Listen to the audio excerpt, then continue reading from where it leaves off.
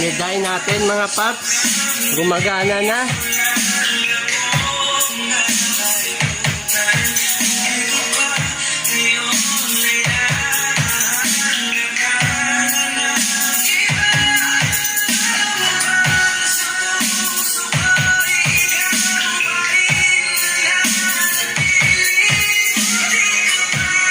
So sabay na natin yung ating subwoofer mga paps. So ipihit na rin natin. Lagay natin sa alas 10. Yun.